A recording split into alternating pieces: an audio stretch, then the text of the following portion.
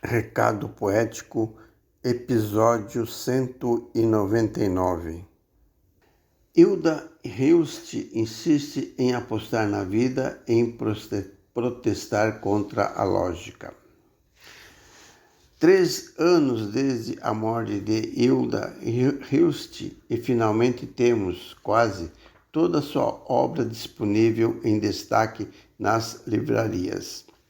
Sob organização de Alceu Pécora e selo da editora Globo, agora se completa com Cascos e Carícias e outras crônicas, a coleção dos 20 livros entre prosa e poesia que somam mais de 4 décadas de sua literatura. Quanto à publicação do seu Teatro Reunido, ainda aguardamos. De um lado, é pena que ela não tenha vivido para ver o relançamento de sua obra sob as feições de um nome legitimamente consagrado. De outro lado, é certo que Hilda vive. Impossível não a ouvir falar ou desvariar no caso de suas crônicas.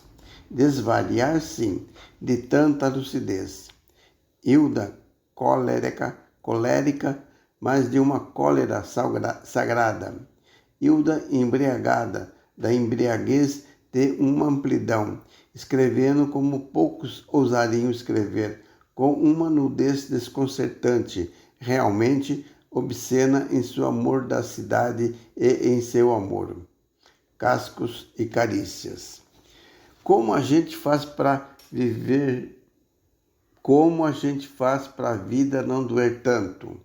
É o soluço que há por trás do humor de Hilda, um humor em cujo riso está plantada aquela superfície de gelo, no qual o poeta evoca Deus. Abrasador como aquele frio intenso que arde tanto quanto o fogo. É esse riso que as crônicas provocam quando expõem a loucura da barbárie, da estupidez e da indiferença, entre outros atributos sinistros do homem maníacos, presente em toda parte, sempre na ordem do dia. Porque nascemos pornográficos e há carrascos em demasia no mundo. Porque são crimes hediondos, execuções sumárias, terrorismo, e é mais fácil compreender Igor, Wittgenstein, sânscrito, copta, do que compreender explicações de ministros e quejandos. Só o riso insano pode contracenar nesse espetáculo com tamanha celebridade do absurdo. Só o desvariadamente cômico para causar espanto quando nada mais só espantar. Mentira, engodo, morte e hipocrisia. E porque é crua e dura a vida, ainda que possa ser também tão generosa e mítica. Porque o homem não descansa de tudo o que cansa e mortifica.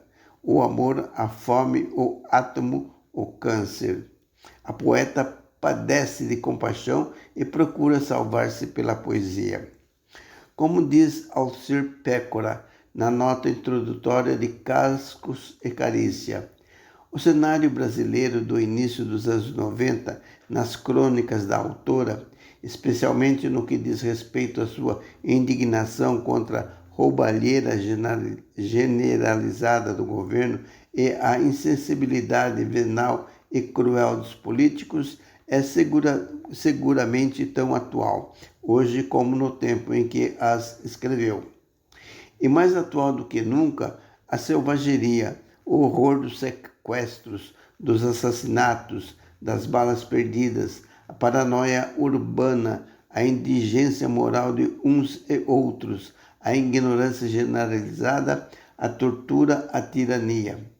Atualíssimo também como não, o carnaval, o furor da moda publicitária, dos templos da estética e das academias, o mercado do tédio e da alienação, enfim, um colorido analfabetismo.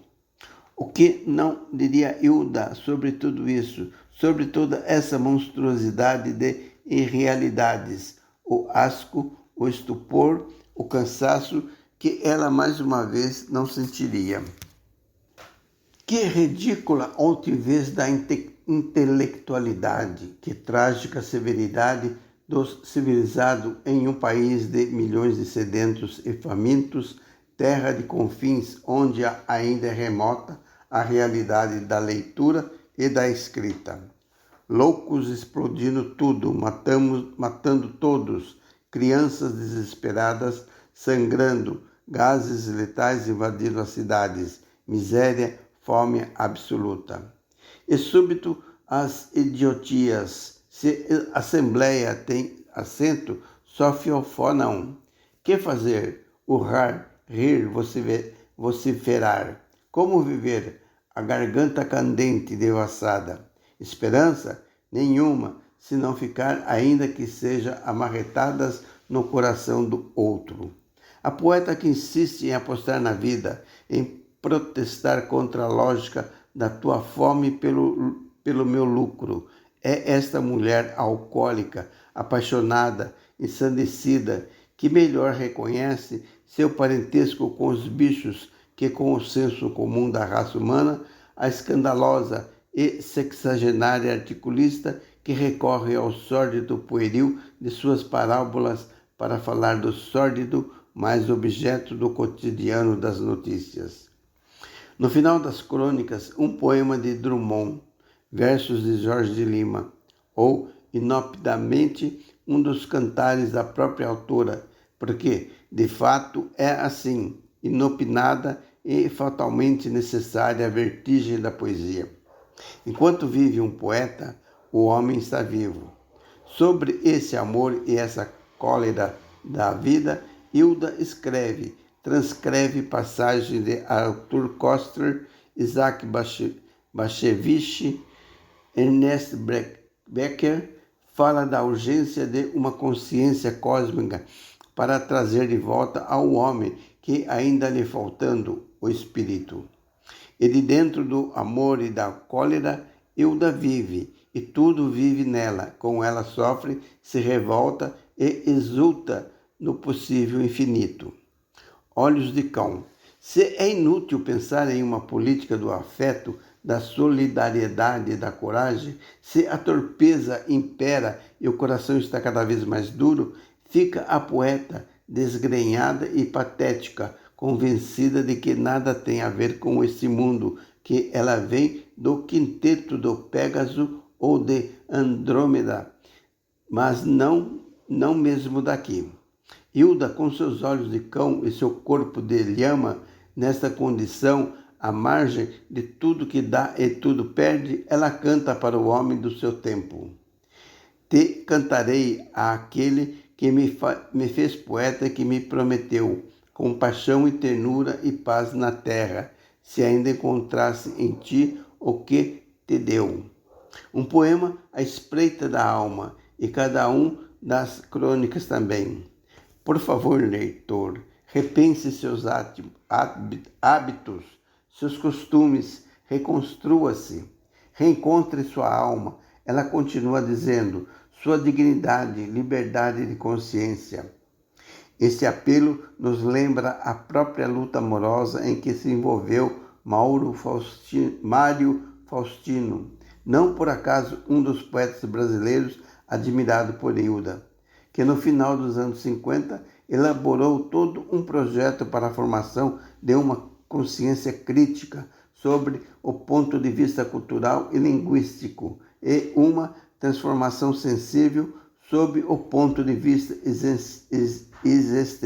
existencial e humano. Lemos os textos de Cascos e Carícias e o nosso pudor vai para o chão. Perdemos qualquer ponta de arrogância, nos reeducamos. Quem sabe se consigo ativar vossas serotoninas com esta croniqueta primorosa. E lá vem Hilda, elegantemente inoportuna, fazer o mais impassível dos leitores escorregar do seu palanque. Ficamos todos cômicos, dignos de piedade, com aquele riso de caveira no rosto, meio esdrúxulo, meio desolador, mas que é igual para todos, como somos iguais na velhice e na solidão.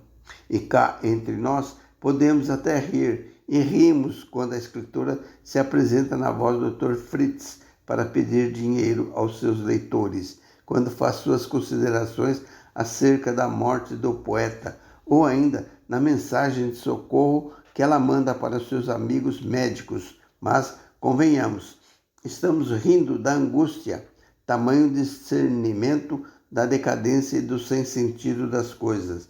Na verdade, dói e muito.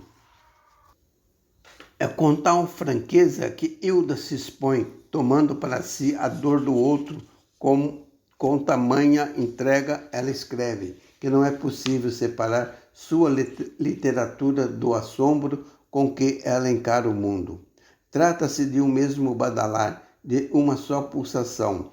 Comprem o meu abismo de ser e de ter sido meu lado compassivo, o fervoroso de mim que foi perdido, minha boca aberta. Ou comprem meus dentes, ao menos para sorrir amarelo. Comprem minhas frases, se as houver, na agonia visceral da despedida. E se eu nada disser, compre o silêncio do poeta, ou minha pele manchada, égua vermelha e manca galopando insana pela casa. De fato, o silêncio do poeta foi o que a autora nos ofereceu nos seus últimos anos, não exatamente porque seus textos tendessem a um colapso interno da linguagem, a um abandono por escassez ou entorpecimento, senão por muito já ter sido entregue, desejado e dito, como aquela sua personagem, a branca e pequenina Mirta, que foi definhando de tanto querer ser a história do escritor. Hilda se deixou consumir por sua própria exuberância. Se houve uma interdição, foi da ordem de outros mundos. O poeta é um profeta, ela diz, mais de uma vez, e um profeta de si mesmo, por que não? Quando pensamos que a própria poeta escreveu sua aventura-desventura ao assumir para si mesmo um recomeço depois da leitura de Nikos Kazantzakis e fundar seu Monte Athos na Casa do Sol. Não uma preferência, mas uma conversão. Na citação de Georges Bataille, em um dos seus textos, Hilda fala do esplendor desse despojamento. Um luxo autêntico exige um desprezo total pelas riquezas, a sombria indiferença de quem recusa o trabalho e faz da sua vida, por um lado, um esplendor infinitamente arruinado, e por outro, um insulto silencioso à laboriosa mente dos ricos. Daí porque as crônicas de Cascos e Carícias quase sempre desembocam em poemas, porque seu humor aflige, porque sua perplexidade não se afasta de sua galhardia. O entusiasmo é um só e um mesmo espírito. E, ainda que sejam tempos escuros e seja difícil a poesia, ainda que em homenagem a Garcia Lorca, a poeta cante: os cardos, companheiro, a aspereza, o luto, a tua morte outra vez, a nossa morte, assim o mundo. Deglutindo a palavra cada vez e cada vez mais fundo, nos diremos: viva Hilda, viva a rebeldia e seu júbilo. Casos e Carícias e Outras Crônicas, Hilda Hilst, editora Globo, 416 páginas. Hilda Hilst nasceu em Jaú, São Paulo, no outono de 1930, filha da imigrante portuguesa Bedecilda Vaz Cardoso e do poeta e escritor Apolônio de Almeida Prado Hilst. Hilda imprimiu em sua biografia uma singular trajetória literária, da poesia à narrativa, romances, contos e crônicas, e a dramaturgia, formada em Direito na Faculdade do Largo São Francisco, 2 anos após sua estreia na literatura na década de 50. A escritora teve uma vida social intensa e um popular convívio com amantes, artistas e intelectuais da época, até se mudar para a Casa do Sol, em Campinas, depois da leitura de Carta de El Grego, experiência que a levaria a se recolher e dedicar-se exclusivamente à literatura, seu noviciado da paixão.